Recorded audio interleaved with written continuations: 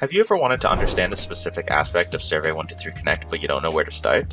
Well, in this GeoSnap, I'm going to go over how to use Survey123 Connect samples to easily create survey demos to understand a topic that you're having trouble with. To start, we can open Survey123 Connect and select New Survey. Then select Samples, and here we can find a multitude of options that will help you better understand different aspects of Survey123 Connect.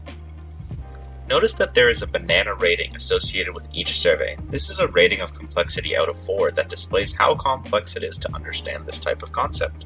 If you are new to Survey123 Connect, I recommend using samples with less bananas as these are easier to understand.